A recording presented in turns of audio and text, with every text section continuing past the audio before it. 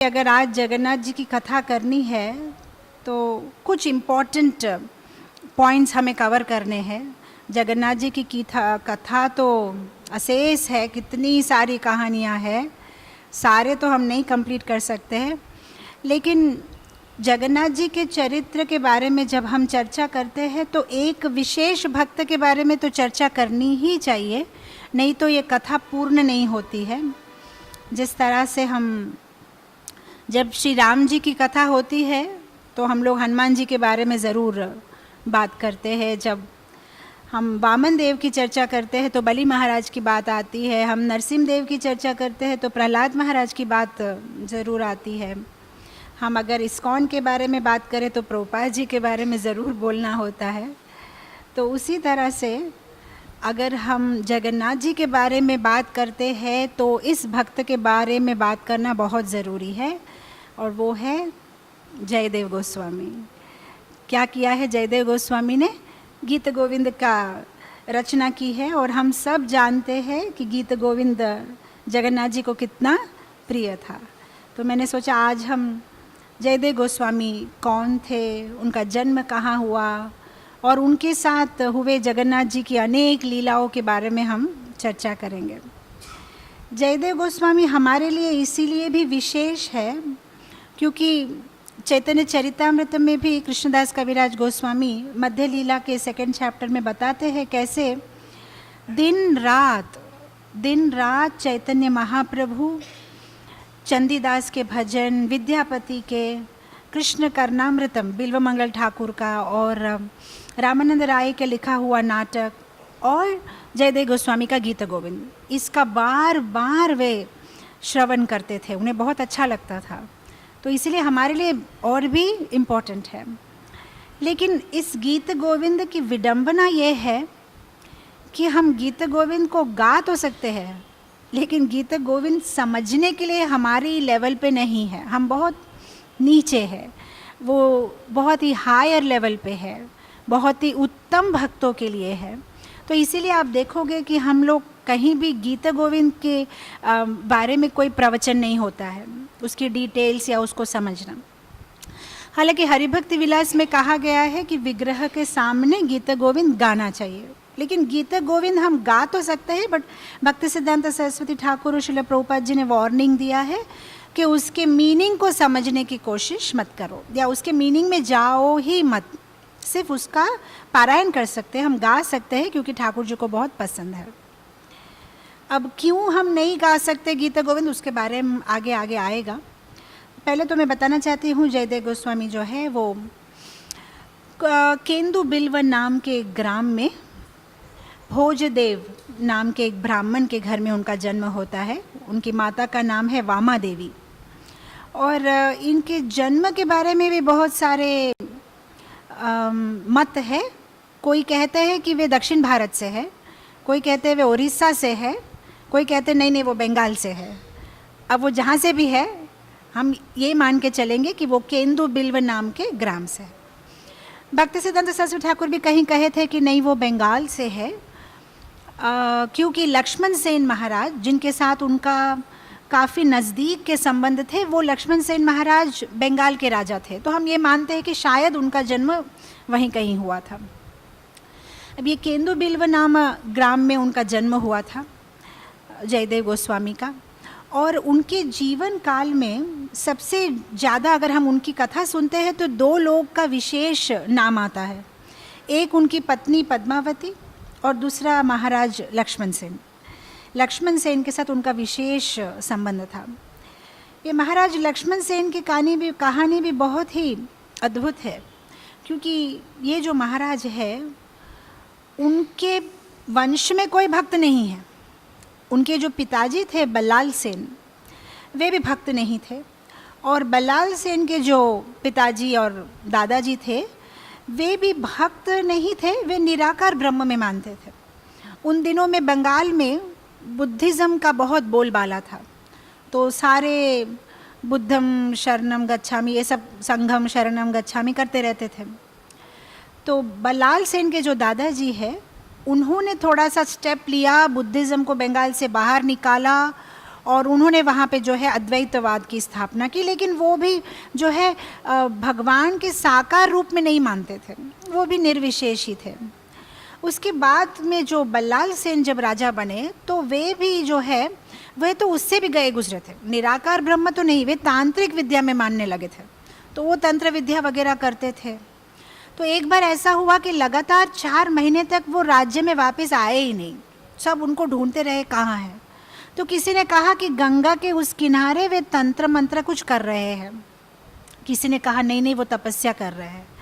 अब लक्ष्मण सेन तब छोटे थे, अब उनको तैरना बहुत अच्छा से आता था, उन्हें संगीत बहुत अच्छा से आता था, उन्हें शास्त्रों का भी बहुत ज्ञान था, ऑल टुगेदर एक बहुत अच्छे गुणों वाले कुमार थे, वे युवराज थे।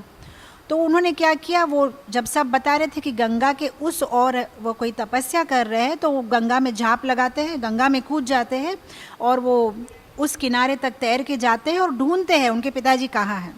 और तब वो देखते हैं कि उनके पिताजी तो जो है वे शराब वगैरह पीते हुए कुछ स्त्रियों के साथ वहाँ संग कर रहे हैं और कोई तांत्रिक विद्या का कोशिश कर रहे हैं। तब उनका मन बहुत ख़राब हो जाता है, वो फिर वापस तैर के आते हैं और उनके मंत्रियों को बोलते हैं कि आपको ऐसे राजा को नहीं मानना चाहिए, ये गलत रास्ते में है।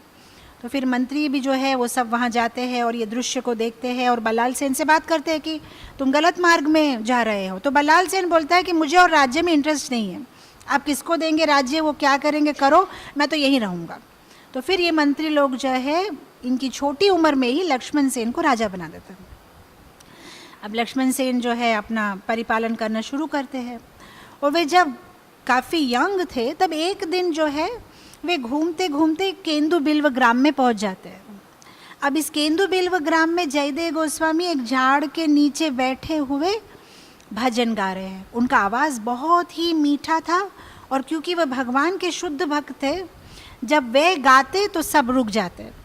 तो अब जब ये लक्ष्मण सेन राजा जो है शिकार कर रहे थे, वो भी एक भक्त ही थे, कुछ राजा कुछ शिकार इसीलिए करते थे कि कभी कभी जो जंगली जानवर वगैरह होते हैं जो गांव वालों को तंग करते हैं या उन्हें मुसीबत करते हैं, तो वैसे जंगली जानवरों को राजा मारते थे।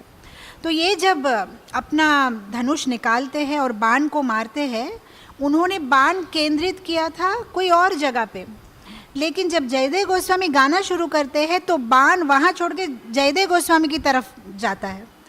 और बाण में तो कोई जीव नहीं है, उसमें तो कोई प्राण नहीं है, फिर भी जयदेव गोस्वामी का गाना सुनते सुनते वो नृत्य करने लगता है। तो ये सोचते हैं कि बाण को क्या हुआ, उस जगह क्यों भाग रहा है। तो फिर वो ऐसे करके वहाँ पहुँच जाते हैं और देखते कि यहाँ तो एक अच्छा संत बैठे हैं, इतना सुंदर भजन कर रहे हैं, तो वो उनका भजन सुनने लगते हैं। और जयदेव गोस्वामी जितना बार भगवान का भजन करते, बीच बीच में क्या होता है, बेहोश हो जाएंगे कृष्ण कृष्ण करते हुए। अब वहाँ पे आसपास में कोई थे नहीं, लक्ष्मण सेन महाराज ही थे, तो उनके गोद में ही कृष्ण करते करते गिर गए। अब लक्ष्मण सेन महाराज उनको हवा दे रहे थे, उनको ठीक कर रहे थे, पास में देखे छोटी सी कुटिया है, तो वहाँ जाके उनको लिटा दिया। अब उसने देखा आसपास में तो कोई है नहीं, तो इस साधु को ऐसे छोड़ के कैसे चले जाए, तो जब तक वो होश में नहीं आएगा मैं यहीं रहूँगा।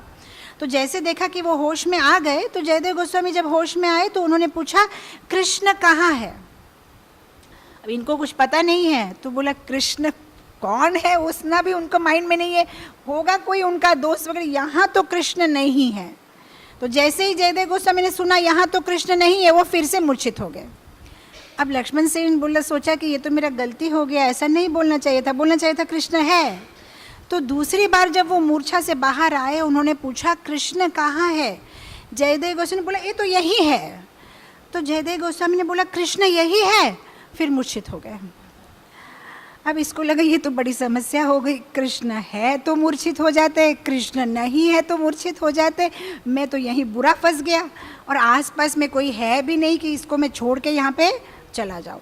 तो लगातार 10 दिन वहाँ पे जो है उन्होंने जयदेव गोस्वामी की सेवा की। जब उठते थोड़ा पानी पिलाते, वो फिर बेहोश हो जाते।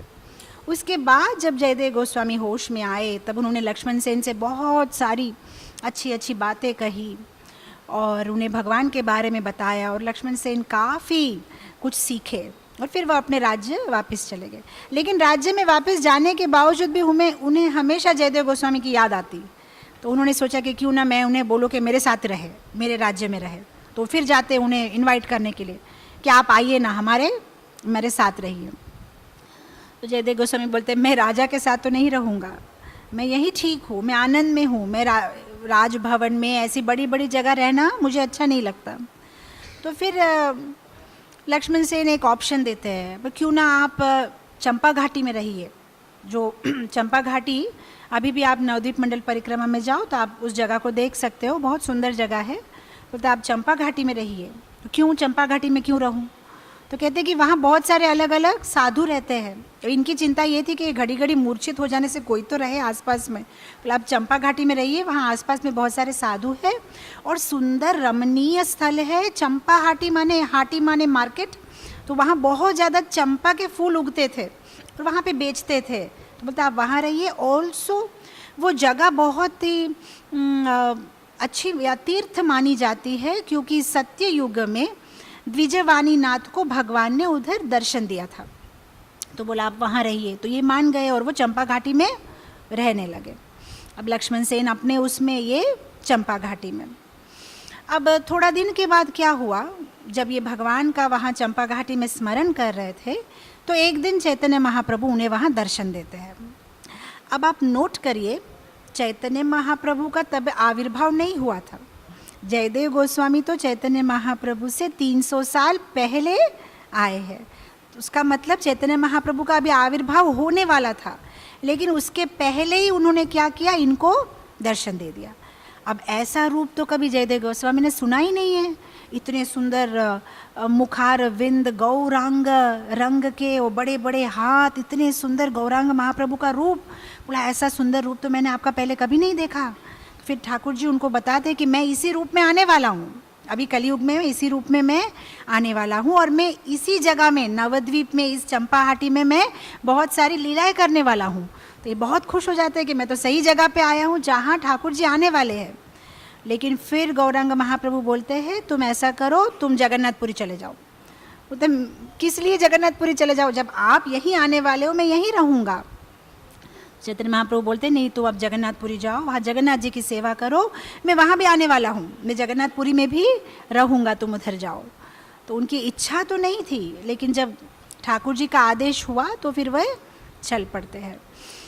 कितनी समझने वाली बात है यहाँ पे कि हमारा जीवन ठाकुर जी की योजनाओं के अनुसार चलना चाहिए, ये बहुत इम्पोर्टेंट है। हमारा जीवन हमारी योजनाओं के अनुसार चलाते हैं, और ठाकुर जी इतने चंचल है, वो हर मिनट योजनाएं बदल देते हैं, कभी एकदम यू टर्न भी ले लेते हैं। हम समझ ही नहीं पाते कि अरे अभी सब कुछ तो ठीक ही चल रहा था, फिर सडनली सब ऐसे क्यों हो गया।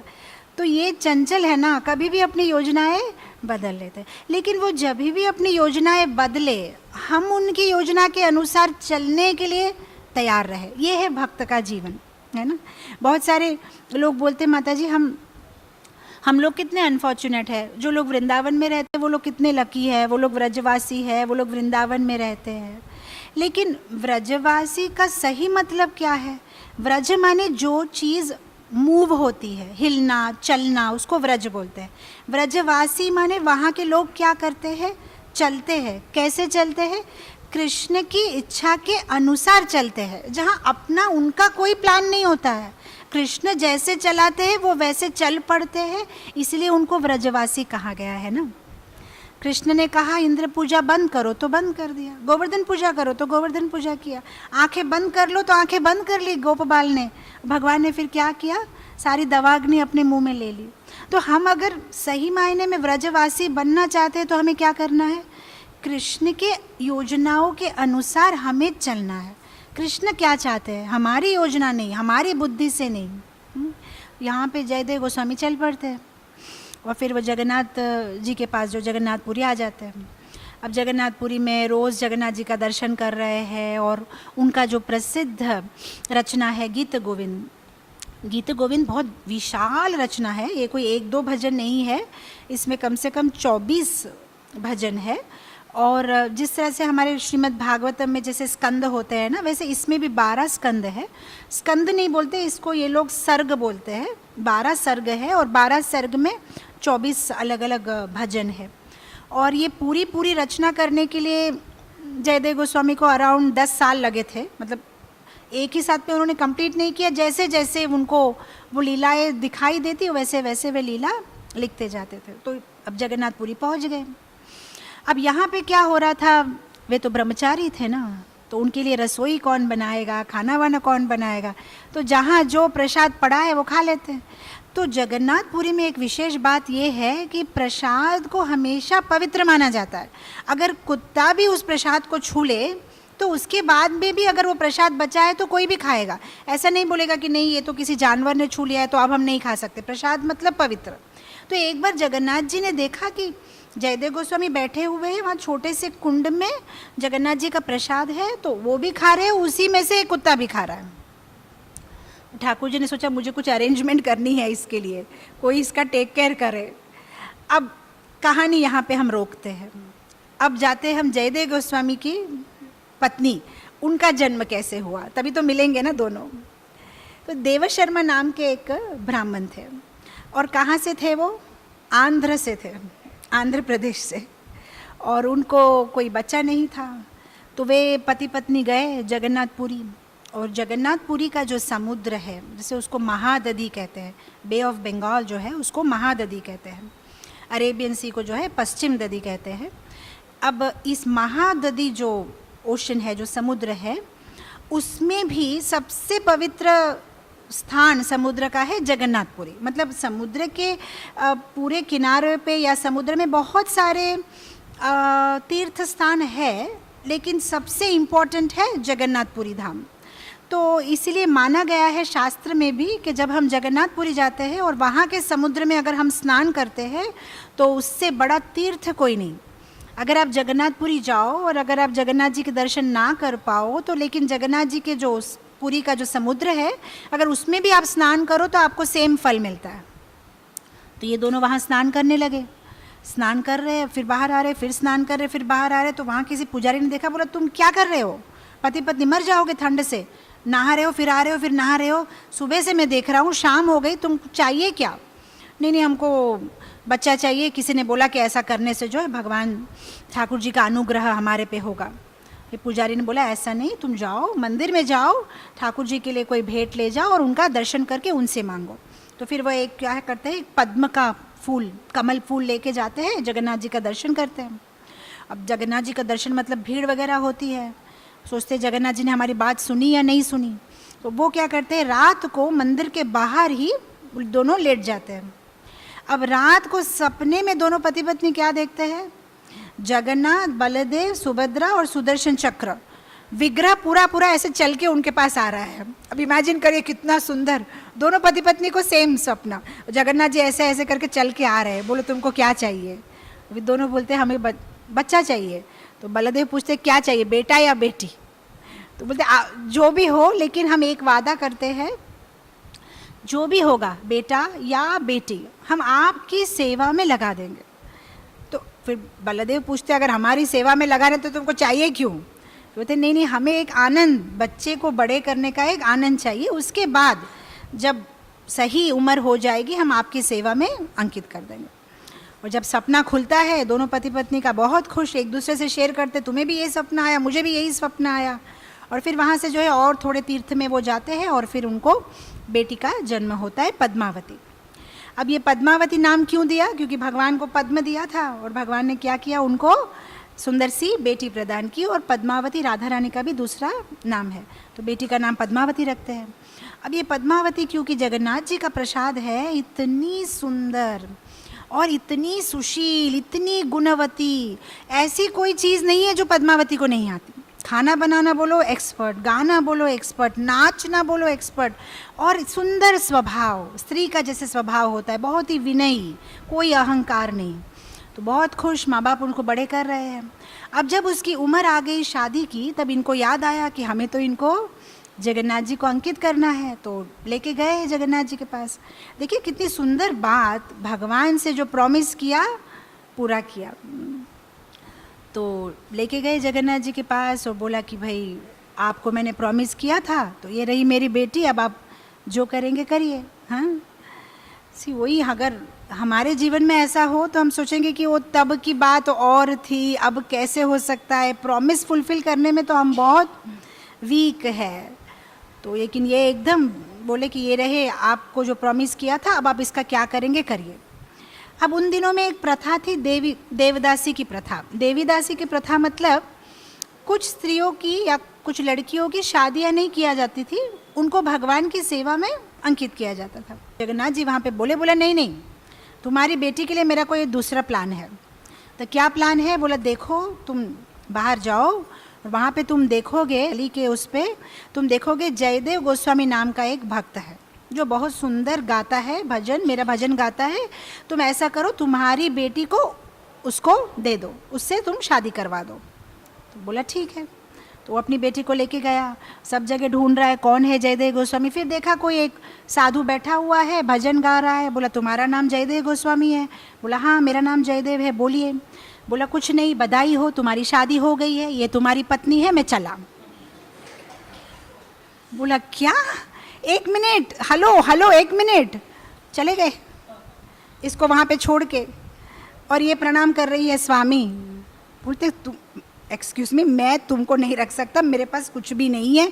मैं कैसे मान लूँ कि जगन्नाथ तुमको मेरे पास छोड़ने के लिए बोला? मेरे पास कुछ भी नहीं है, मेरे को रहने के लिए घर भी नहीं है मेरे पास, मैं तुमको कहाँ से रखूँ? अब ये लड़की रोने लगी, लेकिन फिर मैं कहाँ जाऊँ, मैं तो किसी को नहीं जानती, मेरे पिताजी तो आपके पास ही छोड़ के गए, मैं तो आपके पास ही रहूँगी। अब जयदेव गोस्वामी ने सोचा ठीक है, पूरा दिन जाने दो, रात को भाग जाऊँगा, जब ये सो जाएगी रात को मैं भाग जाऊँगा। तब वो जहाँ जा रहे उसके पीछे पीछे वो लड़की आ रही है, उसको पता नहीं जाना कहाँ है। अब रात को जो है जयदेव गोस्वामी झाड़ के नीचे सो गई, लड़की भी सो गई। अब जयदेव गोस्वामी को तो एक्टिंग करनी थी सोने की, लेकिन जगन्नाथ जी की लीला ऐसी हुई, उनको सच में नींद लग गई। और जब उनको नींद लग गई तब स्वप्न में जगन्नाथ जी बोले कि देखो जयदेव, ये मेरी योजना है तुम्हारे लिए, तुमको शायद ब्रह्मचारी बनना था, लेकिन ये मेरी योजना है, ये तुम्हारी सेवा करेगी, ये तुम्हारे भजन में बाधा नहीं डालेगी, बहुत अच्छी भक्त है, वो तुम्हारी भक्ति जीवन में सहायता करेगी, तुम इसे अपना लो। तो फिर दूसरे दिन जब जयदेव गोस्वामी उठते हैं, वो उसे अपनी पत्नी के जैसे अपना लेते हैं।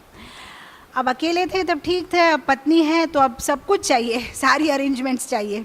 तब वो अभी तो मुझे कुटिया बनानी पड़ेगी, क्योंकि अब रहेंगे कहाँ, इसकी रक्षा करनी है, अब मेरे को बड़ी रिस्पॉन्सिबिलिटी मिल गई। तो अब वो कुटिया बनाना शुरू किए। तो कुटिया बनाना मतलब क्या करना है ना, बैम्बूस लगाना है, उसके ऊपर में घास है, रस्सी बांधना है, तो वे सब करने लगे।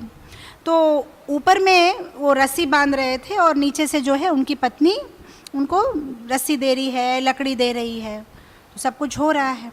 तो थोड़ी देर के बाद जब वो बनाते बनाते बनाते जो छत होती है, छत बनाते बनाते जब ऊपर आए, तब जब नीचे जो होल होता है उसमें से उन्होंने देखा कि उनकी पत्नी तो खाना बना रही है। सोचा कि अगर ये खाना बना रही है तो मुझे लकड़ियाँ रस्सी कौन दे रहे हैं। तो फिर वो झुक के नीचे देखते देखते माधव कृष्ण खुद उनको लकड़ियाँ दे रहे हैं। तो बोला कि मैं इसीलिए शादी नहीं करना चाह रहा था, अभी आपकी सेवा मैं क्या करूँगा, आप मेरी सेवा करना शुरू कर दी। और फिर छलांग लगा के नीचे उतरते हैं, बोलते माधव आप मेरी सेवा मत करिए। तो फिर ऐसे करके जो है वो कैसे भी करके अपनी कुटिया ख़त्म करते हैं और दोनों वहाँ पे रहने लगते हैं। अब ठीक ही चल रहा है, ये गीत गोविंद की रचना करते हैं, गीत गोविंद का भजन लिखते रहते हैं, और वो जो भी भजन में लिखते हैं उनकी पत्नी उसी भजन को नृत्य करके दिखाती है जगन्नाथ जी के सामने। तो बहुत सुंदर चल रहा है सब कुछ। अब एक दिन ऐसा होता है, जैसे बहुत सारी अलग अलग इसकी कथा है, एक प्रसिद्ध कथा मैं बताती हूँ। एक दिन ऐसा होता है कि वे कुछ लिख रहे हैं। अब जब जयदेव गोस्वामी कुछ लिखते थे तो वो अपनी बुद्धि से नहीं लिखते थे, वो एक्चुअली देखते थे लीला होती हुई, उन्हें दिखाई देता था और वो हंस पड़ते और फिर वो लीला को लिखते। अब आज उन्होंने देखा ऐसा अजीब, उन्होंने देखा कि लीला में ऐसा है, राधा रानी कृष्ण का इंतज़ार कर रही है, कृष्ण बहुत देरी से आते हैं, और जब कृष्ण देरी से आते हैं तो राधा रानी जब उनके पास जाती है तब तो राधा रानी देखती है कृष्ण के चिन्ह पे यहाँ पे एक बिंदी लगी हुई है। तब राधा रानी बोलती है कि ये तो स्त्री की बिंदी है, तो तुम्हारे पे कैसे आई? तो कृष्ण ने बोला अच्छा, नहीं तो मुझे पता नहीं कहाँ से आई। तो बोलता है कि नहीं नहीं, तुम ज़रूर किसी और गोपी को मिलने के लिए गए हो। तो कृष्ण बोलते नहीं नहीं, ऐसा कुछ है ही नहीं, मुझे पता नहीं कहाँ से आई। राधा रानी मानती नहीं है, रूठ के बैठ जाती है। तब कृष्ण सोच के बोलते अच्छा अच्छा, मुझे याद आया, मैं एक्चुअली तुम्हारे लिए फूल लेने गया था, वहाँ पे और भी गोपी आई थी फूल लेने के लिए, तो अब सब साथ में मिलके फूल चुन रहे ना, तो कभी कभी जैसे वो लोग फूल चुनते चुनते जो है उनकी बिंदी उड़ के मुझ पे आ गई होगी, मेरे को पता ही नहीं ये बिंदी कहाँ से आई। राधा रानी ने बोला ये सारे बहाने छोड़ो, मुझे नई बात करनी है तुम्हारे साथ, तुम हमेशा मुझे चीट करते हो। अब कृष्ण ने इतना कुछ बोला, राधा रानी इतना डांटी, फिर भी अब तो कृष्ण ने सोचा अब तो लिमिट हो गया, मान ही नहीं रही है, करे तो क्या करे। अब उनका अल्टीमेट ब्रह्मास्त्र उन्होंने डाला, बोला देखो मैं तुमसे इतना प्यार करता हूँ, तुम्हारे सिवाय मेरे मन में कोई है ही नहीं, और राधे मैं तुमसे रिक्वेस्ट करता हूँ, तुम्हारे जो पैर है, तुम्हारे जो पाद पद्म है, तुम मेरे सिर पे रख दो, तुम्हारे पैरों की धूली मुझे चाहिए। जब जयदेव गोस्वामी ने ये देखा तो एकदम 1 मिनट के लिए ऐसे कैसे लिख सकता हूँ, ये तो गलत होगा। भगवान जिसके पैरों की धूली, ब्रह्मा और शिव, सारे साधु संत जिनके पैरों की धूली के लिए तड़पते हैं, वो राधा रानी से कह रहे कि तुम्हारे पैर की धूली। और लोग इसको समझ पाएंगे कि नहीं समझ पाएंगे? साधारण लोग क्या समझेंगे, एक बॉलीवुड मूवी जैसा हीरो हीरोइन की बात समझेंगे, वो समझ ही नहीं पाएंगे इसका भाव। तो उन्होंने सोचा ये लिखना तो ठीक नहीं रहेगा। उसमें लाइन ऐसा था, देही तव पाद पल्लव उदारम श्री राधे, श्री राधे तुम्हारा देही, तुम दो क्या, तव पाद पल्लव, तुम्हारे पाद पद्म मेरे सिर पे तुम रख दो राधे। तो सोचा ये लिखना ठीक नहीं होगा, तो उन्होंने छोड़ दिया लिखना। सोचा थोड़ा सा माइंड में पहले चेंज करता हूँ, मुझे कुछ गलत दिखा क्या, मुझे ये लिखना चाहिए क्या, नहीं लिखना चाहिए।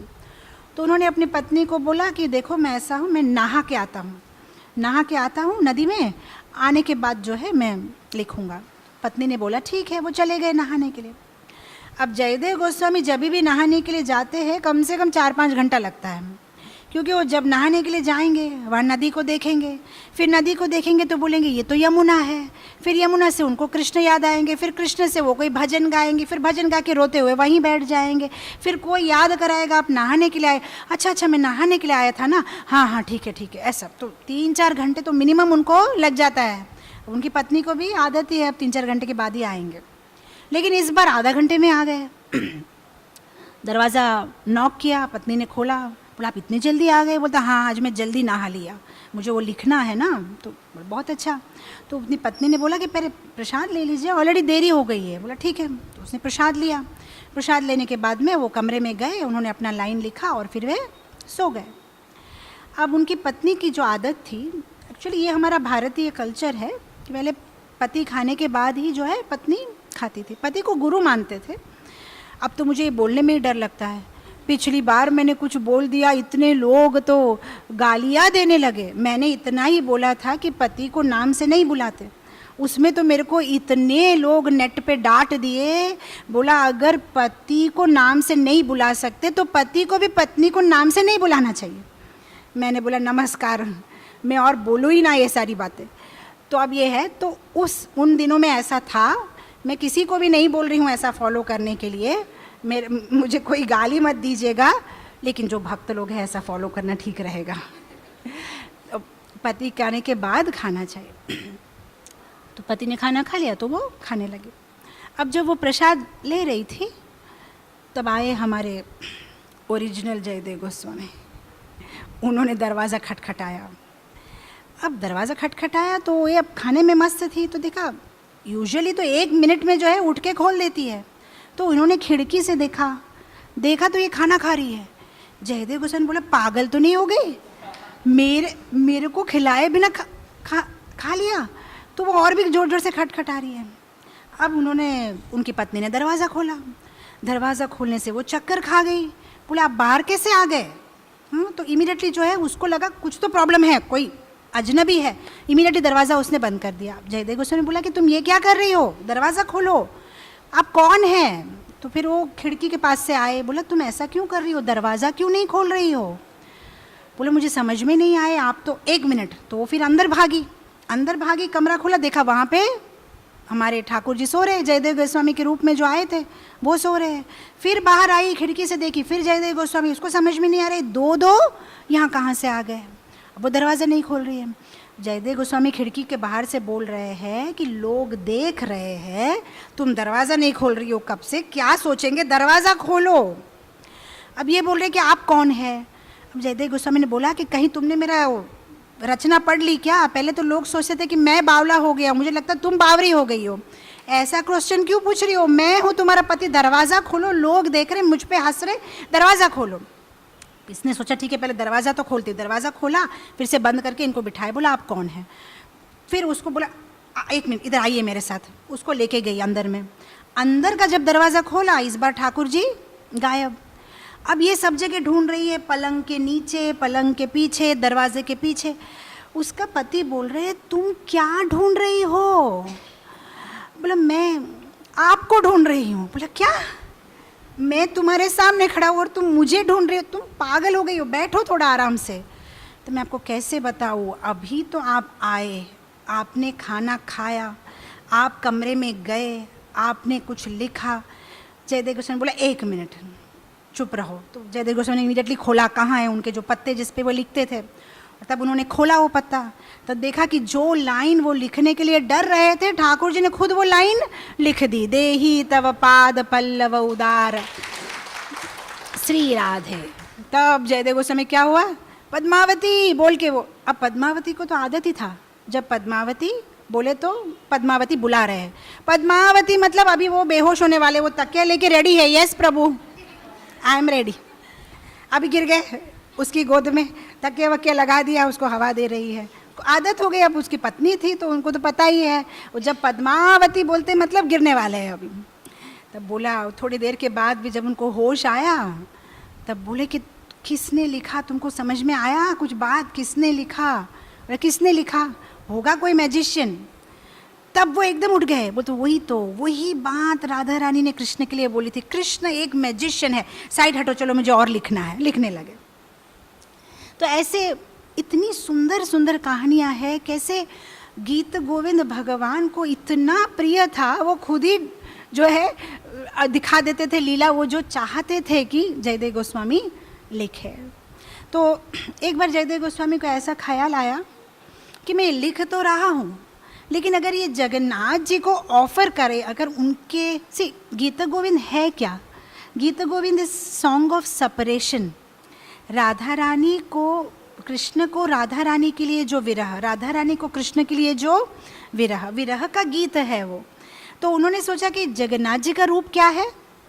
द्वारकाधीश कृष्ण जो राधा रानी के विरह में रो रहे हैं वो जगन्नाथ है।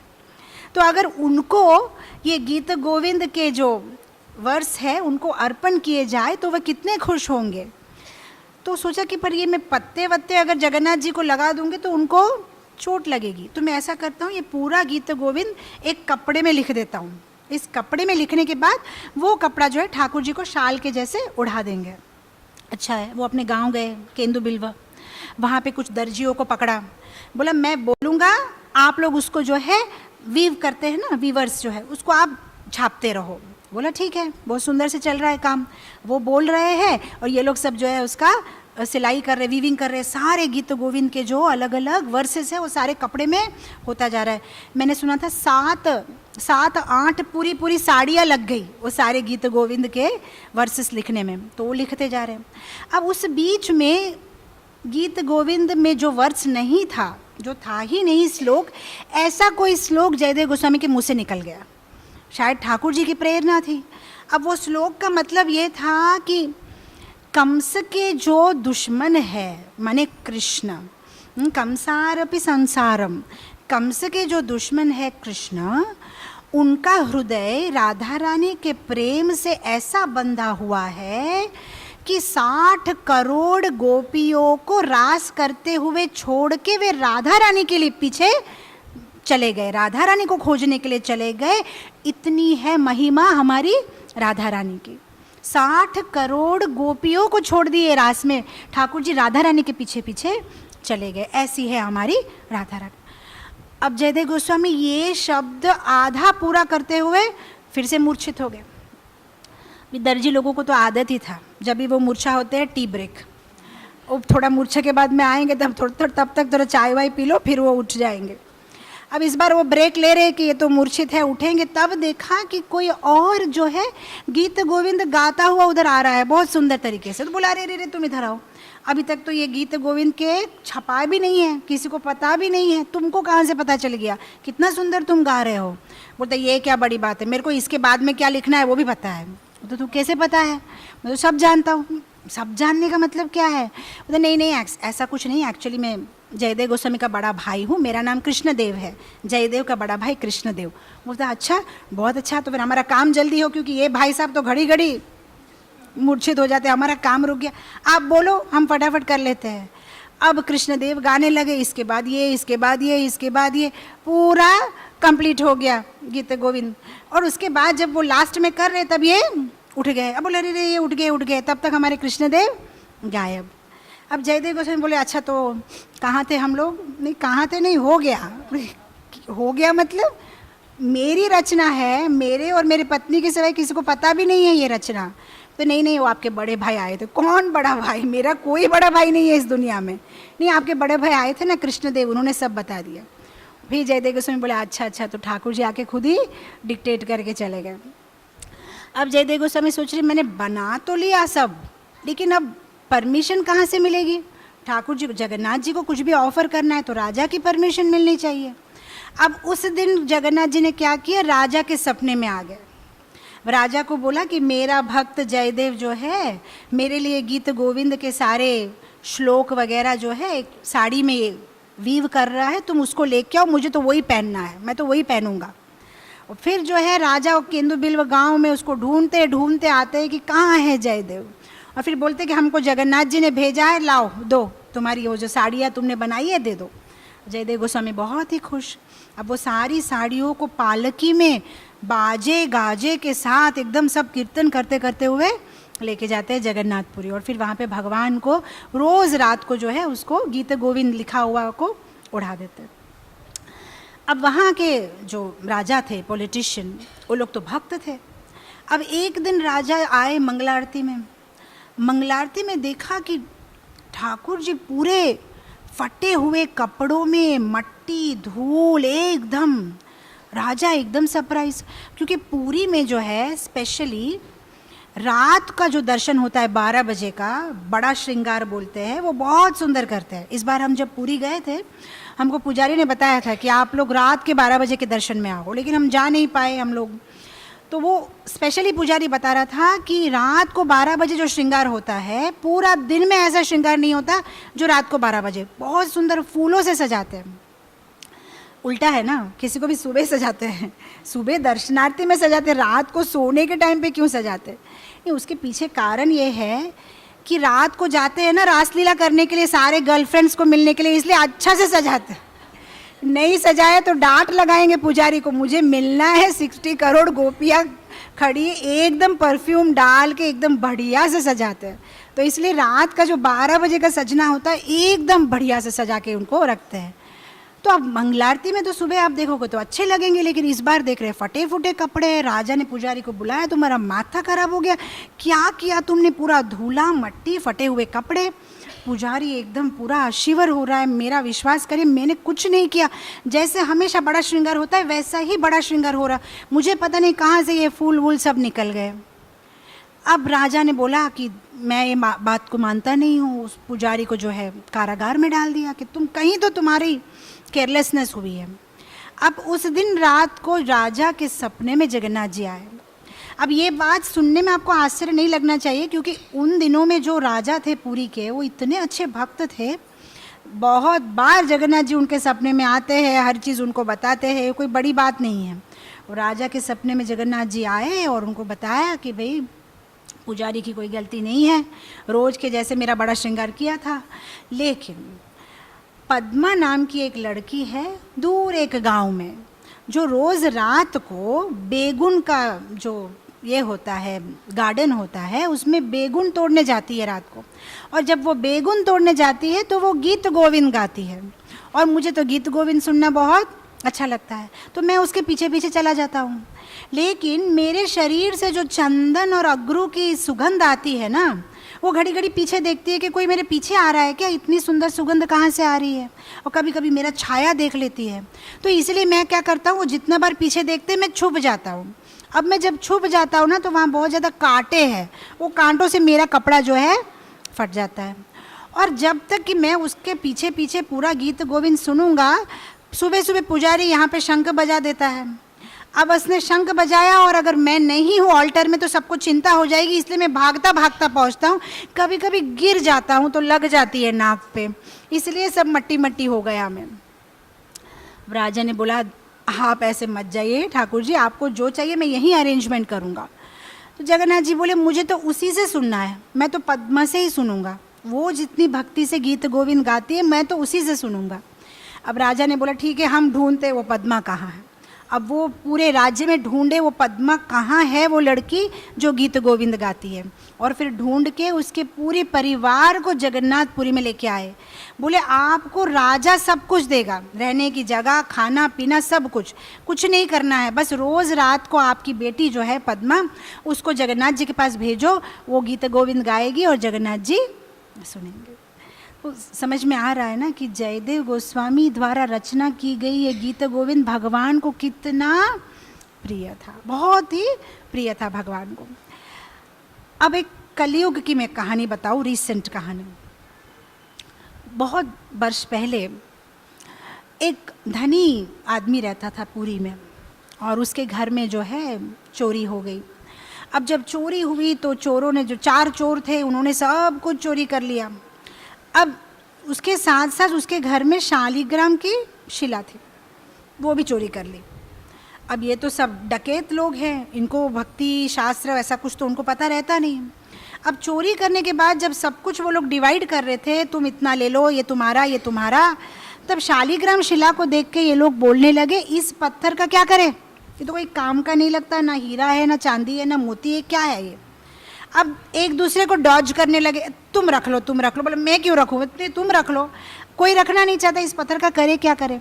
अब एक उसमें समझदार था, बोला छोड़ो इसको बेच के आते हैं, कुछ तो पैसा मिलेगा। अब वो लोग गए, एक अपना दिल पे हाथ रख लेना, सुनने में अच्छा नहीं लगेगा। अब वो लोग गए एक मोची के पास, बोला तुम लोगे इसको, काला पत्थर तुमको काम में आ जाए। मोची ने देखा ठीक है, इससे घिस के पॉलिश करने के लिए काम में आएगा। बोला कितना दोगे, ठीक है 10 रुपये दूंगा। 10 रुपये दिया, उसने ले लिया। उसका काम क्या है, जूतों को पॉलिश करना। अब वहाँ पे एक ब्राह्मण आ गया। अब वो ब्राह्मण जब अपना जूता पॉलिश करवा रहा था, वो गीत गोविंद गा रहा था। हाँ, गीत गोविंद का जो मंगलाचरण है, हाँ, श्रीता कामा, सुना ये, श्रीता कामला कुचा मंडल है, द्रुत कुंडल है, ये फर्स्ट लाइन जो है उसकी गा रहा है। कलित ललित वनमाला, जय जय देव हरे, देव हरे, श्रित कमला कुच मंडला है, धृता कुंडला है, कलित ललित वनमाला, जय जय देव हरे, हे देव हरे। अब ये मोची बहुत स्मार्ट था, उसने इमीडिएटली वो लाइन सीख ली, बहुत सुंदर लाइन है। अब वो क्या करता, जितना बार भी किसी का शूज़ जूता पॉलिश करता, बस वो यही गाते रहता, जय जय देव हरे। अब एक दिन एक ब्राह्मण वहाँ पहुँचा, जिसने थोड़ा करीब से देखा, ए तुम क्या कर रहे हो, वो क्या है वो, मुझे क्या पता, एक पत्थर किसी ने दिया। बोला अरे ये पत्थर नहीं है, ये तो शालिग्राम की शिला है, तुम क्या कर रहे हो, छोड़ो छोड़ो, पहले मेरे को दे दो। मैं क्यों दे दूँ, मैंने ख़रीदा है। मैं कितने में ख़रीदा, बोलते नहीं तुम कितना दाम दोगे। बोला तुम जितना बोले। बोला ठीक है, मैंने 10 में ख़रीदा, तुम 20 रुपये दे दो, मैं दे दूँगा। बोला 20 नहीं, ये लो 50 लो, मेरे को पहले वो दे दो शालिग्राम। उसने फटाफट से वो शालिग्राम शिला लिया, घर गया, सब गंगा से दही दूध पंचामृत से अभिषेक किया, रोने लगा रोने लगा। ओ ठाकुर जी कैसे कैसे आपके साथ हो जाता है, कहाँ कहाँ पहुँच जाते हो आप। और फिर उसको वहाँ पे जो है भगवान का अभिषेक किया, पुरुष सूक्त, श्री सूक्त, रोज़ ऑफरिंग, इतना सुंदर से भगवान का सेवा करने लगा। 4-5 दिन के बाद में 4-5 दिन के बाद भगवान उसके सपने में आए। बोला excuse me if you don't mind, मेरे को मोची के पास वापस दे दोगे क्या? बोला क्या? बोला नहीं, वो गीत गोविंद गाता है, तुम नहीं गाते हो। वो गीत गोविंद गाता है, तुम नहीं गाते हो गीत गोविंद। उसको तो चक्कर आ गया। बोला नहीं नहीं, मैं गाऊंगा, मेरे पास रहिए, इफ़ यू डोंट माइंड मैं गा सकता हूँ क्या? मतलब कोई भी गाओ, बस गीत गोविंद गाओ। वो गीत गोविंद बहुत अच्छा गाता था। वो मतलब आपको जो पॉलिश करता मतलब वो सब मुझे चलेगा, मेरे को गीत गोविंद चाहिए। तब से वो बोलने लगा ठीक है, मैं सुबह दोपहर शाम में रोज़ गीत गोविंद गाऊंगा, आप मेरे पास ही रहिए। तो अब समझ में आया ना, ठाकुर जी के लिए गीत गोविंद वो मोची के पास जाके रहने के लिए भी तैयार थे। इमेजिन करिए ये जयदेव गोस्वामी कितने शुद्ध भक्त होंगे जिनकी रचना पे ठाकुर जी का इतना प्यार है, उसकी की हुई रचना पे इतना प्यार है। तो फिर इस तरह से जयदेव गोस्वामी की काफ़ी कहानियाँ हैं। एक बार जयदेव गोस्वामी का जो भजन है सुन के लक्ष्मण सेन बहुत खुश हो जाते हैं। खुश होके क्या करते हैं, उनको सोना चांदी, बहुत सारी मोहरे, सारे जो बुलक कार्ट्स होते हैं ना उसमें भर भर के तो सब लेते हुए वो जा रहे। एक्चुअली वो तो वैरागी है, और उसके पीछे वो बुलक कार्ट्स भेज दिया तो वो देख भी नहीं रहा है, अपना चला जा रहा है। तो उसके गांव जब वो वापस जा रहे हैं तो कुछ रास्ते में जो डकैत जो होते हैं, डाकू वगैरह, डाकू लोग देखते रहे ये तो बहुत ज़्यादा पैसा वैसा लेके जा रहा है, तो एकदम वो लोग आके जो उसको अटैक करते हैं। अब जयदेव गोस्वामी बोलता है इतना मेहनत करने की ज़रूरत नहीं, सब कुछ ले लो, मेरे को तो नहीं चाहिए। वो आप इतना जैसे वो दिखाते ना बॉलीवुड मूवी में हैंड्स अप, उतना सब करने का जरूरत, ले लो जो चाहिए ले लो, मैं चला अपना, मेरे को भजन। ये लोग फटाफट सब कुछ ले लिया। एक चोर के मन में बात आई, ये अभी तो बोल रहा है कि सब ले लो, शायद ये भी इसका कोई प्लान है, क्योंकि राजा का बहुत फेवरेट है। अगर जाके राजा को हमारा नाम कंप्लेन कर दिया कि हमने चोरी किया तो प्रॉब्लम होगा, चलो इसको मार डालते हैं। जयदेव गोस्वामी को पीछे से पकड़ा, दोनों हाथ काटे और कुएं में फेंक के चले गए। अब दोनों हाथ जब काट दिए तब जयदेव गोस्वामी देखा, जब हाथ कट जाते हैं तो कैसा होता है, आपको समझ में आता है ना, जब हाथ काट देते तो कैसा लगता है। उसको जगन्नाथ जी का रूप याद आ गया, जगन्नाथ जी का दोनों हाथ, वो मूर्छित हो गया रोते रोते जगन्नाथ जगन्नाथ बोलते हुए। अब कुएं में उसको डाल दिया था। जब उसको होश आया, वो जितना बार होश आता अपने हाथ देखता, फिर जगन्नाथ को याद करता और गीत गोविंद गाता। अब एक दिन बहुत दिनों के बाद लक्ष्मण सेन राजा उसी जगह से गुजर रहे थे, देखा इतना सुंदर मधुर आवाज़ कहाँ से आ रहा है, तो ढूंढते ढूंढते गए। बोला राजा यहाँ तो एक खाली कुआं है, पानी भी नहीं है। सबने झुक के देखा तो अंदर में जयदेव गोस्वामी। अब राजा ने उसको जल्दी जल्दी से बाहर किया और अपने महल में लेके गए, वहाँ सारी चिकित्सा वगैरह करवाई, उनकी पत्नी पद्मावती को भी खबर दी, उनको भी वहाँ पे बुला लिया। अब दोनों वहाँ रहने लगे। राजा को एक बात की खुशी थी कि मैंने बहुत बार बोला था मेरे साथ राजभवन में रहो, लेकिन ये कभी नहीं रहे।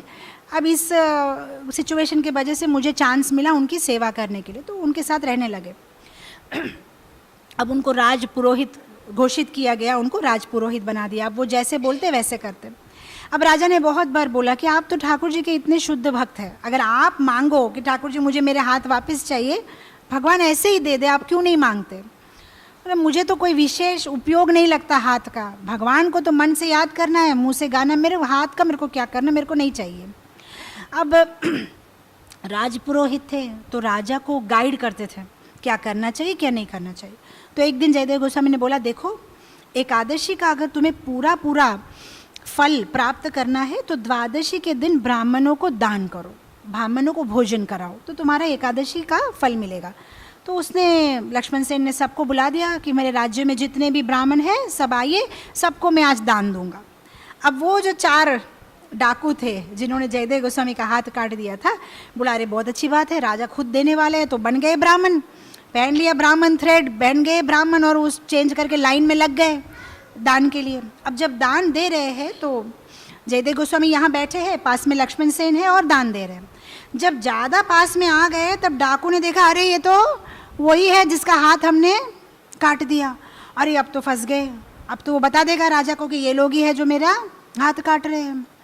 अब एस्केप होने का भी कोई चांस नहीं है। वो लोग हिल रहे हैं तो सैनिक बोल रहे हैं सीधे खड़े रहो, प्रॉब्लम क्या है, सीधे खड़े रहो, तुम्हारा भी बारी आएगी, कहाँ जा रहे हो। अब सीधे खड़े हैं डर डर के, डर डर। जब लक्ष्मण सेन के पास आ गए तब जयदेव गोस्वामी की नज़र उन पे पड़ गई, उन चारों पे। तो उन्होंने हंस के लक्ष्मण सेन को कहा, ये मेरे विशेष है, सबको जितना दिया उससे 100 गुण ज़्यादा इनको दे दो। लक्ष्मण सेन ने बोला ठीक है, आप जैसे बोलो। तो उनको 100 गुण ज़्यादा दिया।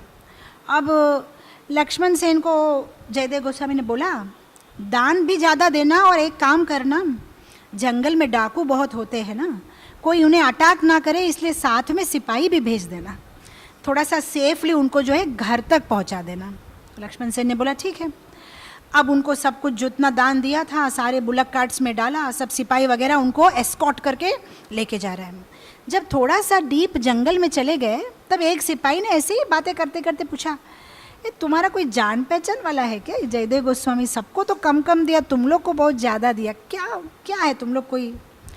अब डकैत वो लोग जो डाकू लोग हैं सोच रहे क्या बोले, तो बोला हाँ हाँ हमारे जान पहचान का है, एक्चुअली पहले वो भी डाकू ही था, हमारे साथ ये सब डकैती के काम करता था, अब जाके राजा का बड़ा पुरोहित बन के बैठ गया है।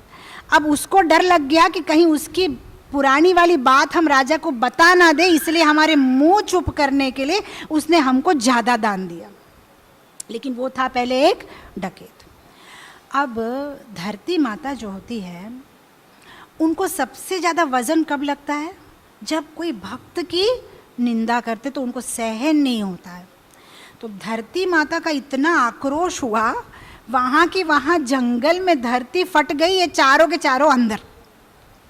सैनिक लोग डर गए, ये तो क्या हो गया यहाँ पे, वो भागे फिर से महल की ओर कि देखिए राजा ऐसे ऐसे हो गया। राजा को भी समझ में नहीं आया, राजा जयदेव गोस्वामी की तरफ देख रहा है कि भाई शायद उनके कोई होंगे, उनको दुख लगेगा। फिर जयदेव गोस्वामी ने पूरा वृत्तांत बताया कि भाई ऐसा कुछ नहीं है, ये लोग जो है डाकू थे, इन्होंने मेरा हाथ काटा था। और फिर सिपाही बताते हैं कि कैसे आपके बारे में निंदा कर रहे थे। तो फिर लक्ष्मण सेन को समझ में आता है कि क्योंकि शुद्ध भक्त की निंदा कर रहे थे, धरती माता ने उनको गल लिया। अब राजा के साथ वो लोग रहते थे, तो जयदेव गोस्वामी की जो पत्नी थी पद्मावती, साधारण महिलाओं के साथ ही एसोसिएशन करना है, तो वो राजा की पत्नी के साथ में ही उठना था, बैठना, खाना करती थी। एक दिन राजा की पत्नी ने एक बात बोल दी। राजा की पत्नी ने बोला कि देखिए कुछ दिनों पहले मेरे भाई का देहांत हो गया। अब आप देखिए मेरी भाभी जो है कितनी महान पतिव्रता नारी है, जब मेरे भाई का देहांत हो गया तो मेरी भाभी बिना झिझक के सती बन गई, आग के अंदर में उसने प्रवेश कर लिया, अपने पति के साथ वो चिता में प्रवेश कर लिया। ऐसी होती है पतिव्रता नारियां, ऐसी होती है। पद्मावती ने बोला ये क्या पतिव्रता नारी है, आग की क्यों जरूरत पड़ी उसको मरने के लिए? सच में पतिव्रता नारी होती ना तो जैसे उसको पता चलता है कि उसका पति नहीं रहा, वहाँ के वहाँ प्राण छोड़ देगी, आग की क्या ज़रूरत है। ऐसी होती है पतिव्रता नारी। अब रानी को थोड़ा सा ये आया, अच्छा बहुत बड़ी बातें कर रही है, इसको चेक करते हैं ये कितनी पतिव्रता नारी है। तो एक दिन क्या हुआ, राजा के साथ में जयदेव गोस्वामी कहीं बाहर गए थे। अब उन दिनों में शिकार पे जाना जो है कॉमन होता था, क्रूर प्राणियों को जो है राजा मार देते थे, तो वो लोग शिकार पे चले गए। अब इन्होंने सारा ड्रामा किया। रानी ने बोला अपनी सब दासियों को, तुम लोग ऐसा एक्टिंग करो, भाग भाग के आओ, बोलो जयदेव गोस्वामी मर गए। अब ये लोग पूरा एक्टिंग करते हुए आए, भागे, अरे पद्मावती आपको क्या बोले, आपके पति मर गए। राजा के साथ शिकार करने के लिए गए थे, किसी क्रूर प्राणी ने उनको खा लिया। अब जैसे पद्मावती ने ये बात सुनी, क्या वो नहीं रहे, सीधा नीचे ज़मीन पर। अब रुई लगा के देखा कोई प्राण नहीं है, निष्प्राण, साथ ही साथ प्राण त्याग कर दिया। अब रानी को डर लगा, अब जब राजा वापस आएगा, जयदेव गोस्वामी वापस आएंगे, मैं क्या बोलूँगी, कैसे छोटे बच्चों वाला काम किया ना मैंने, ऐसा टेस्ट करना।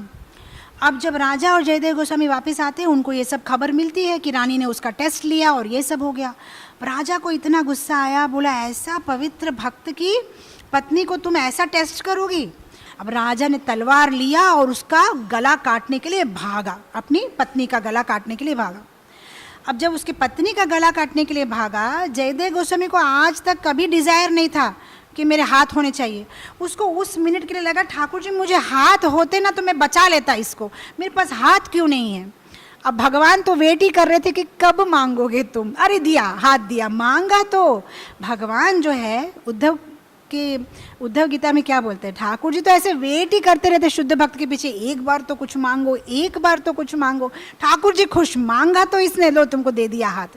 अब जैसे उसके हाथ आ गए, उसने राजा को रोक दिया, बोला नहीं नहीं आप ऐसा मत करिए, आपकी पत्नी को मत मारिए।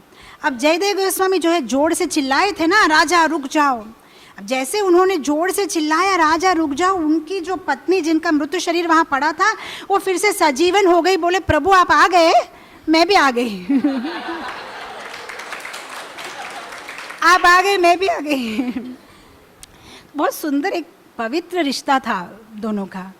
तो फिर जयदेव गोस्वामी अपने पत्नी से कहते हैं कि अब यहाँ रहना ठीक नहीं होगा, हम चलते हैं, हमारे गांव हम वापस चलते हैं। फिर लक्ष्मण सेन महाराज को बहुत दुख लगता है, अपनी पत्नी को बहुत कोसते हैं कि एक शुद्ध भक्त का साथ हमें मिल रहा था, लेकिन तुम्हारे बचपने के वजह से अब वो हमें छोड़ के चले गए। अब जयदेव गोस्वामी का अपने स्पेशल एक विग्रह थे, नाम जानते हैं? राधा माधव। हम जब जयपुर गए थे, हमने दर्शन किया, गए थे ना जयपुर कनक वृंदावन, वहाँ पे जयदेव गोस्वामी के जो विग्रह है। अब इसकी भी बहुत सुंदर कथा है, कैसे जयदेव गोस्वामी का जो गांव था केंदु बिल्व, कभी कभी वहाँ से थोड़ा सा दूर उनको चल के जाना पड़ता था नहाने के लिए। अब जब वो थोड़े से वृद्ध हो गए तो उतना चलना उनके लिए मुश्किल होता था, गंगा में जाके स्नान करते थे। अब उन्होंने वहाँ जाना छोड़ दिया, कहीं और घर के पास की नदी में स्नान करने लगे। अब गंगा सोचती है कि ऐसे शुद्ध भक्त मेरे पानी में स्नान नहीं करेंगे तो कैसे चलेगा, तो गंगा आ गई उनके घर के पास। और अभी भी आप जाओ केंदु बिल्व गांव में, आप देख सकते हो पास में ही, और फिर वहाँ पे वो स्नान करते। तो एक दिन अजय नदी में वे स्नान कर रहे थे। जब वे स्नान करके जो है पूजा करते थे तो देखा कि पैर के पास कुछ छुआ है, तो ये क्या है क्या है, देखा तो राधा माधव का विग्रह, माधव थे उनके हाथ में। और फिर तब से जयदेव गोस्वामी जो है राधा माधव की पूजा करने लगे। कुछ जगहों में ऐसा भी लिखा है कि वो राधा माधव को लेके वृंदावन गए थे और वहाँ पे केसी घाट के पास में राधा माधव की पूजा करते थे, और कुछ दिनों बाद वे वापस अपने गांव चले गए। लेकिन ये जो राधा माधव के विग्रह है उनको जयपुर के राजा ने वृंदावन से लेके गए और जयपुर में उनका मंदिर बनाया। तो अभी भी जयदेव गोस्वामी के जो ओरिजिनल विग्रह है आप उसका दर्शन कर सकते हो। आप जयपुर जाओ, उसको गुप्त वृंदावन बोलते हैं ना जयपुर को, क्योंकि सारे गोस्वामी लोग की ओरिजिनल डिटेल्स जयपुर में है और वृंदावन में प्रतिभू विग्रह है। तो ये कनक वृंदावन जगह का नाम है, वहाँ आप जयदेव गोस्वामी के विग्रह को देख सकते हो।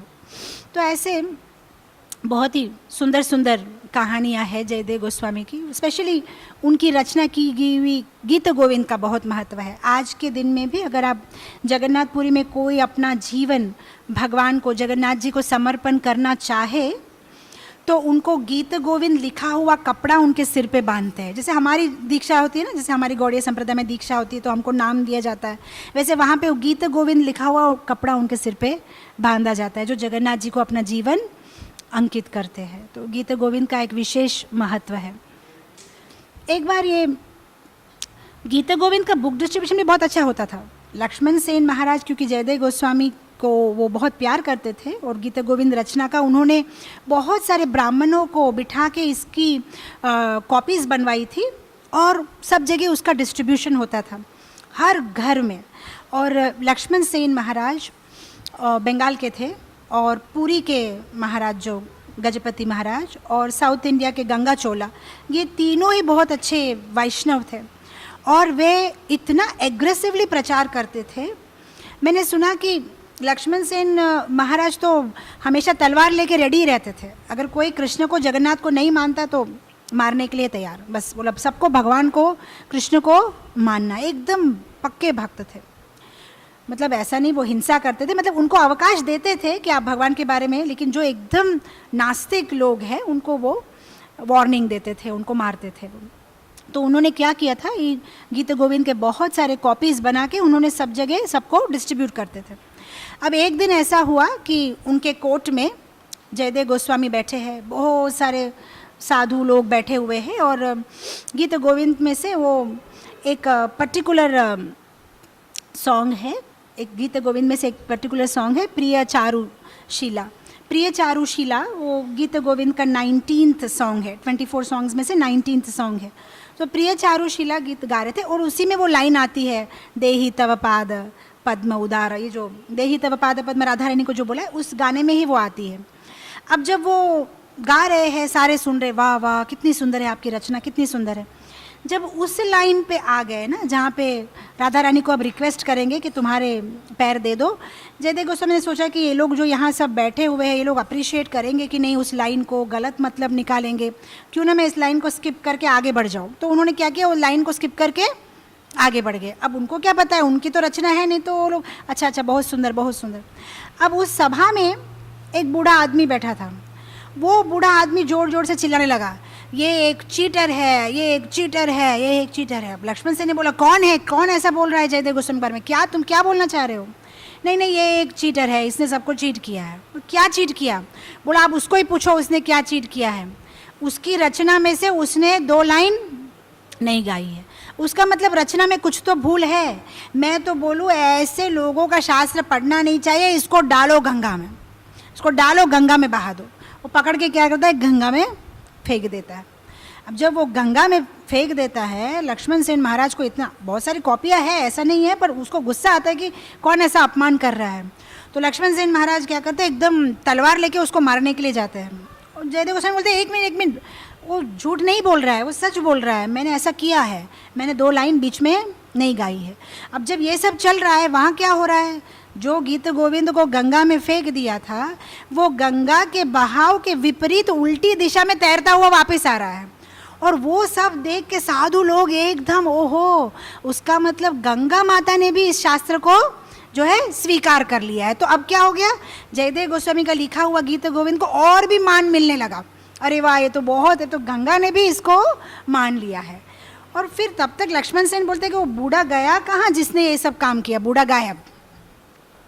कौन था वो बूढ़ा, जगन्नाथ जी, जानबूझ के कि अरे सब देखो इसकी गीत गोविंद की वैल्यू क्या है। अब बहुत सालों बाद लक्ष्मण सेन महाराज जब नहीं रहे, जयदेव गोस्वामी भी नहीं रहे, उनका गीत गोविंद तो प्रचलन है। तो नए महाराज जब आए, लक्ष्मण सेन के बेटे पुरुषोत्तम देव, तो उन्होंने सोचा कि अरे इतना बचपन से सुनता हूँ गीत गोविंद, जगन्नाथ जी को बहुत पसंद है, लेकिन वो जयदेव गोस्वामी का है, मैं अपना गीत गोविंद लिखूँगा, न्यू एकदम अलग से, अभिनव गीत गोविंद, नया। तो उन्होंने क्या किया, अभिनव गीत गोविंद लिखा।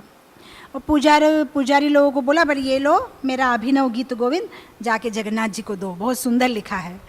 अब पुजारी लोग राजा को कैसे मना किए कि ऐसा नहीं होना चाहिए, क्योंकि इतने सालों से हम लोग जयदेव गोस्वामी का ही गीत गोविंद रखते हैं।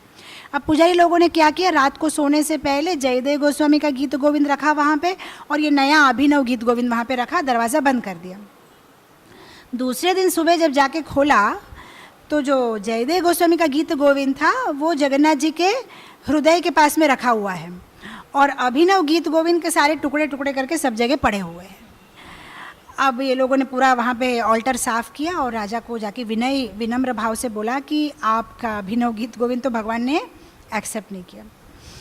अब इसने सोचा ठीक है, अगर मेरा गीत गोविंद भगवान ने एक्सेप्ट नहीं किया तो अब जी के क्या करें, मर जाना ही ठीक रहेगा। जब मेरा सर्विस ही भगवान ने एक्सेप्ट नहीं किया, मैंने भी तो प्रेम से लिखा था। अब वो चले गए समुद्र के अंदर, मतलब मैं अब डूब जाऊँगा, मुझे और जीना ही नहीं है। अब जैसे वो समुद्र के अंदर अंदर अंदर जाने लगे, जगन्नाथ जी वहाँ पे खुद आया, उसको बाहर निकाला, बोला आगे तुम मर जाओगे, पुरी का कोई राजा नहीं है, पुरी को देखेगा कौन, तुम ऐसे मत करो। पता नहीं मेरे को जीना ही। सी इमेजिन करिए उन दिनों में राजाओं का जगन्नाथ जी के साथ का रिश्ता देखिए, जगन्नाथ जी के साथ भी कंडीशन, बोल आपने तो मेरा माना नहीं, मेरा गीत गोविंद तो आपने एक्सेप्ट नहीं किया, तो फिर मैं क्यों, आपका ये पूरी आप ही चला लो, आपका पूरी प्रदेश आप ही चला लो, मैं गया। वो अंदर जा रहा है, भगवान बाहर निकल रहे, वो अंदर जा रहे। ठाकुर जी ने बोला 1 मिनट चलो एक एग्रीमेंट करते हैं, पूरा नहीं लूँगा, थोड़ा लूँगा तो चलेगा, चलेगा, थोड़ा लेने से भी चलेगा। बोला ठीक है, फिर तुम्हारा ये जो अभिनव गीत गोविंद है मैं उसमें से 12 श्लोक लूँगा, बस यही ट्रीटी। बोला हाँ ठीक है, चलो निकलो बाहर। फिर वो बाहर निकला, अब खुश। अब वो 12 श्लोक अभिनव गीत गोविंद के जयदेव गोस्वामी के गीत गोविंद के साथ मिला दिया। अब हमें पता नहीं है वो 12 श्लोक कौन से हैं, क्योंकि वो मिक्स हो गया है। तो कौन सा पुरुषोत्तम देव महाराज का था उसमें से 12 श्लोक हमें पता नहीं, लेकिन ऑल टुगेदर वो सब जयदेव गोस्वामी के गीत गोविंद जैसा ही माना जाता है। तो ऐसा गीत गोविंद का जयदेव गोस्वामी ने बहुत प्रचार किया। वे और अपनी पत्नी के साथ जाते थे, और जिस तरह से जैसे हम लोग को इस्कॉन में एक ये है बुक डिस्ट्रीब्यूशन का, हम लोग कितना एग्रेसिवली, वैसे वह भी जो उन दिनों में गीत गोविंद का प्रचार बहुत एग्रेसिवली कर रहे थे। राइट फ्रॉम काश्मीर से लेके कन्याकुमारी, मध्य प्रदेश, ऐसा कोई जगह नहीं है जहाँ पे उन्होंने गीत गोविंद का प्रचार नहीं किया। वे सब जगह जाते, गीत गोविंद की कॉपियाँ डिस्ट्रीब्यूट करते, उसके बारे में बताते, और पद्मावती जो है वो नृत्य करके गीत गोविंद की प्रस्तुति करती, और ऑल ओवर। और इसीलिए अगर आज के दिन में भी आप देखो तो बहुत सारे साउथ इंडियन टेम्पल में भी गीत गोविंद गाया जाता है, गीत गोविंद गाया जाता है। मैंने सुना था कि वे सारे ओनली वैष्णव मंदिर में जाते थे, जयदेव गोस्वामी और पद्मावती, और वहाँ पे गीत गोविंद का प्रचार करते थे। लेकिन साउथ इंडिया में जो मीनाक्षी मंदिर है, वो मीनाक्षी देवी खुद वहाँ पे जयदेव गोस्वामी और पद्मावती को रिक्वेस्ट करने गई थी कि मेरे मंदिर में भी आओ, यहाँ भी तुम इसका जो है प्रचार करो। तो इसलिए हम देखें तो काफ़ी, आप देखो पूरे भारतवर्ष में ऐसे बहुत सारे मंदिर हैं जहाँ पे रात को ठाकुर जी को सुलाते समय जो है गीत गोविंद गाया जाता है। तो ऐसा बहुत सारी अद्भुत कथाएं हैं। गीत गोविंद बहुत ही सुंदर भजन है। तो इस तरह से गीत गोविंद का बहुत प्रचार हुआ। और जयदेव गोस्वामी के शरीर छोड़ने के बारे में तो बहुत सारी अलग अलग बातें कही जाती है। कोई कहते हैं कि वे वृंदावन में उन्होंने शरीर छोड़ दिया, कोई कहते हैं कि नहीं उन्होंने जगन्नाथपुरी में शरीर छोड़ा, कोई कहते हैं कि उन्होंने अपने गांव में ही केंदु बिल्व में शरीर छोड़ा। लेकिन भक्ति सिद्धांत सरस्वती ठाकुर कहते हैं कि नहीं, जगन्नाथपुरी में गीत गोविंद गाते हुए उन्होंने अपना शरीर छोड़ा। और जैसे मैं बता रही थी कि गीत गोविंद की विशेषता ये है कि it is a song of separation. और उसमें जो लीलाएं बताई गई है, राधा रानी जब कृष्ण के विरह में होती है तो उनके विचार क्या है, क्या होता है। और लक्ष्मण सेन महाराज के जो कोर्ट था, सभा थी, उसमें रोज़ गाया जाता था। और कुछ लोग उनके सभा में ऐसे भी थे जो जयदेव गोस्वामी से ईर्ष्या करते थे, और वो सोचते थे कि शायद वो अच्छा से गाता है ना, इसलिए लक्ष्मण सेन को बहुत पसंद है, क्योंकि लक्ष्मण सेन महाराज को संगीत पसंद है। तो इसलिए वो कभी कभी क्या करते थे, कुछ अच्छे संगीतकार को लेके आ जाते थे कि इसको हम लेके आएंगे ना तो जयदेव गोस्वामी से उनका माइंड थोड़ा सा हटेगा। तो अलग अलग संगीतकार, तो एक बार उनकी ही सभा में कोई अपनी बहू को लेके आ गया था, बोला मेरे बहू बहुत अच्छा गाना गाती है और आप एक बार उनसे सुनिए। अब लक्ष्मण सेन तो डिवोटी है, उन्हें संगीत से या कोई स्पेशलाइज्ड क्लासिकल म्यूज़िक से कोई विशेष प्रेम नहीं था। उन्हें तो जिस गाने में कृष्ण का नाम आए वही गाना उसको पसंद था। लेकिन जब ये लाए हैं तो बोला ठीक है गाओ। अब सच में ये इतनी सुंदर गायिका थी, और जब वो गाने लगी सबके होश उड़ गए।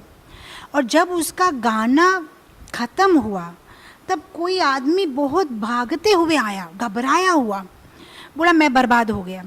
तो फिर लक्ष्मण सेन ने बोला क्या हुआ, बहुत अच्छे राजा थे, वो भी अपने सिंहासन से उतरे। बोला क्या हुआ क्या हुआ। बोला कि आपकी सभा से जो सुंदर गाना निकल रहा था उसके वजह से क्या हुआ। बोलता मेरी जो बहू जो कुएं में गई थी पानी लेने के लिए, अब पानी लेने के लिए क्या करना पड़ता है, आप बकेट को नीचे डालो उसके बाद में पानी लो। बोलते मेरी बहू ने क्या किया, बच्चे को नीचे फेंका, बकेट को गोद में ले लिया। उतना सुंदर ये गा रही थी, तो अब मैं क्या करूं, मैं तो बर्बाद हो गया।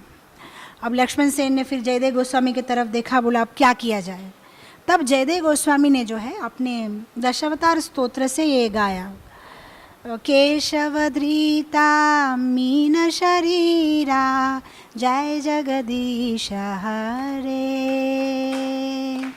जय जगदीश हरे, जय जगदीश हरे। सब भजन में लीन हो गए सभा में।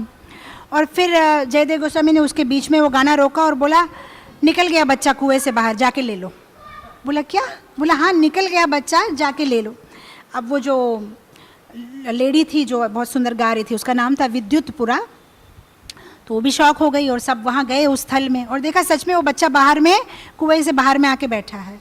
अब लक्ष्मण सेन महाराज बहुत सरप्राइज हो गए। तो जयदेव गोस्वामी ने बोला कि मैंने भगवान को प्रार्थना की है, केशव धृता मीन शरीरा। भगवान आपने मीन शरीर में क्या किया था? मीन शरीरा माने मत्स्य रूप में, फिश इंकारनेशन में क्या किया था? सारे वेद को भगवान ने रक्षा की थी एकदम बच्चे के जैसे। किससे रक्षा की थी? प्रलय नदी से रक्षा की थी। तो मैंने इसलिए भगवान को प्रार्थना किया कि जिस तरह से प्रलय नदी से आपने उन शास्त्रों की, उन वेदों की रक्षा की, वैसे इस शिशु की भी आप रक्षा करिए। तो फिर तब से ये लोगों ने होप छोड़ दिया कि अरे हाँ, हम कितने भी बड़े संगीतकार को लेके आ जाए, जयदेव गोस्वामी के साथ कोई नहीं पार सकता। फिर थोड़े दिन के बाद में फिर भूल गए वो विद्युतपुरा के साथ क्या हुआ था। फिर किसी और को लेके आ गए उड़ीसा से, उनका नाम था मिश्रा। अब मिश्रा को लेके आ गए हम। अब मिश्रा जी थोड़ा पान वान खाते थे, उसको देख के ही लक्ष्मण सेन को, मतलब इसको क्यों लेके आ गए? नहीं नहीं, ये बहुत अच्छा गाते हैं। और ये जब गाते हैं तब जो पत्ते होते हैं झाड़ के ऊपर से वो गिर जाते हैं, आग लग जाती, बारिश हो जाती है। पर ठीक है, गाओ। गाने लगे।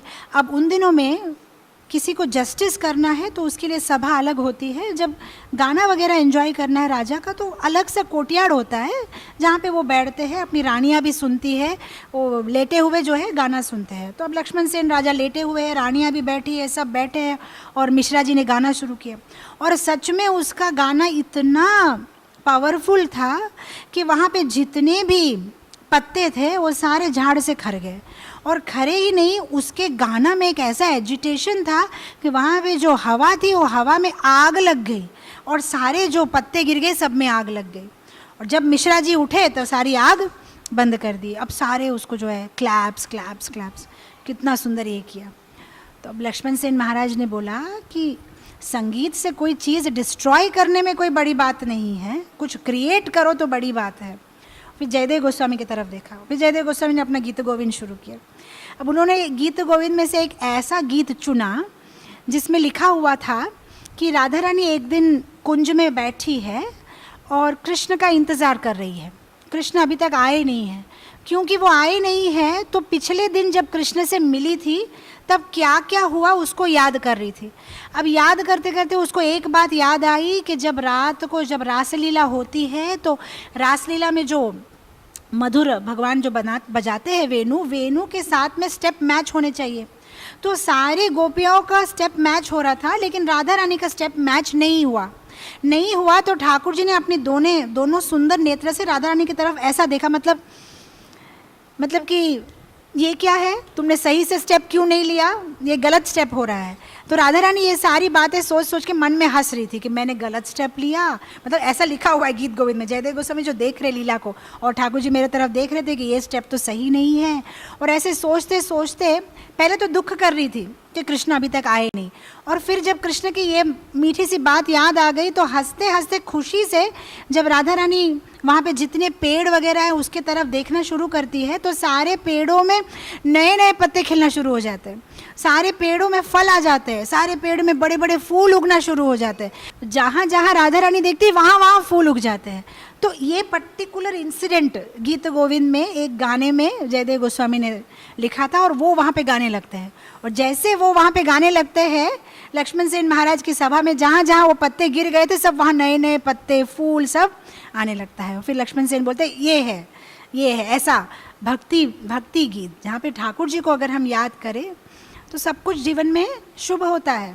सही बात है ना। जब हम गाना गाते हैं तो हमारी आवाज़ कितनी मधुर है या हम कितने ट्यून जानते हैं उससे ठाकुर जी को कोई फर्क नहीं पड़ता। वो कितने गंधर्व वहाँ पे भगवान के लिए गाते रहते हैं, हम कितना सुंदर गाते हैं वो इम्पोर्टेंट नहीं है, हम कितना भाव से गाते हैं। ठाकुर जी हमारा भाव देखते हैं, कितना इम्पोर्टेंट है। और अगर हम हमारे अंदर में जाग के देखें तो हम जितना बार भी गाते हैं 50% ऑफ द टाइम दूसरे क्या सोचेंगे मैंने कैसे गाया वो माइंड में हमेशा रहता है। तो इसीलिए हम एक एग्जाम्पल मैं दे रही हूँ कि जैसे कोई क्राउड देखेंगे तो हमें माइक लेना बहुत अच्छा लगता है, अभी गाएंगे। अब दोपहर को जब मंदिर बंद रहता है 1 to 4 मैंने कभी नहीं देखा कोई बैठ के गाता है। एक्चुअली अब गा किसके लिए रहे हो, वो तो 1 to 4 भी वो वहीं बैठे हैं, शाम को भी वही बैठे हैं, सुबह भी वही बैठे हैं, उनके लिए गाना है तो एकांत में भी गा सकते हो। गाना हमें उनके लिए नहीं है, गाना हमें दूसरों के लिए है। इसलिए क्राउड हो तो हमारी गानी बहुत अच्छी बदल जाती है, एकांत में हो तो हम कोई गाना वाना नहीं गाते। तो यहाँ इस पूरे वृत्तांत से सबसे सुंदर बात, टेक होम बात है कि भगवान का भजन करे तो उसमें भाव होना चाहिए। भगवान भाव के प्यासे है। गीत गोविंद में जयदेव गोस्वामी का भाव था जो भगवान को इतना उनकी तरफ खींचता था, जहाँ कोई गीत गोविंद गाते तो भगवान चल पड़ते। तो ये हमारा एक टेक होम लेसन है। हाँ, भावग्राही जनार्दना, भगवान भाव के भूखे हैं। तो यहीं पे एंड करूँगी। हम ये छोटा सा भजन गा के यहीं पे एंड करेंगे और उसके बाद रथ यात्रा की कुछ अनाउंसमेंट्स मुझे करना है। और श्रीता कमला कुचा मंडलाए धृतकुंडलाए, श्रीता कमला कुचा मंडलाए धृतकुंडलाए, कलितललितवनमाला जय जय देव हरे देव हरे, कलितललितवनमाला जय जय देव हरे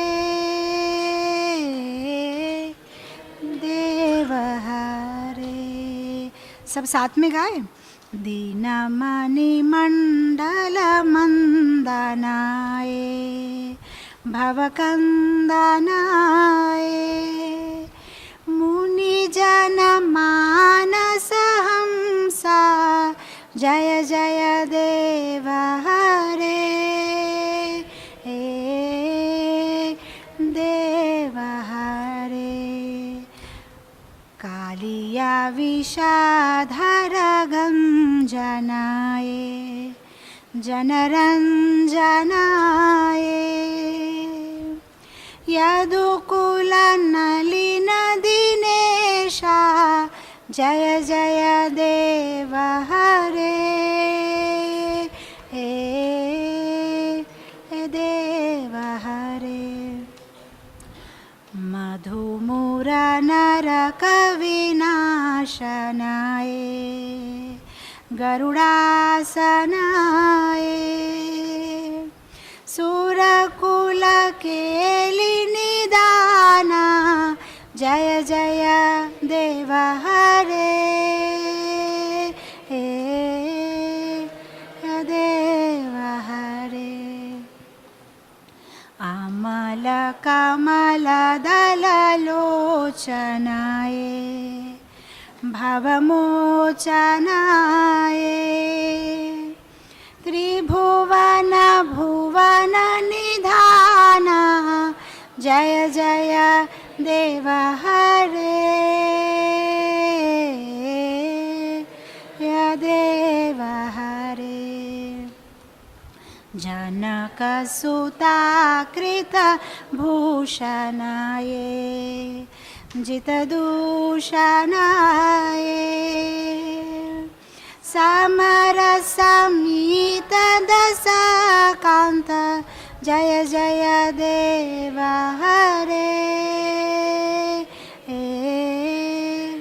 देव हरे, अभिनव जलधर सुंदर ये धृतमंडार ये, श्रीमुख चंद्र चकोरा जय जय देव हरे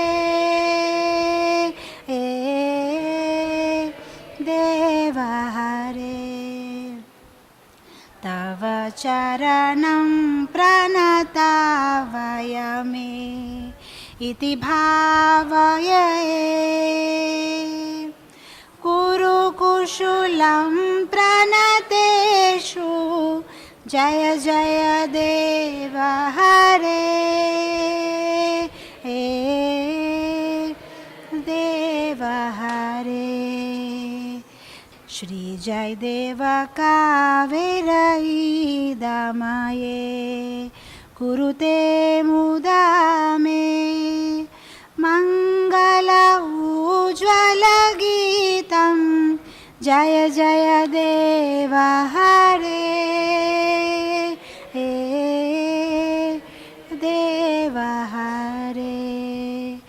गीत गोविंद की, श्रील जयदेव गोस्वामी की, श्रील प्रभुपाद की। Hare Krishna. Thank you very much. सब कृष्णा कृष्णा कृष्णा लगे, सब कृष्णा कृष्णा कृष्णा लगे, सब कृष्णा।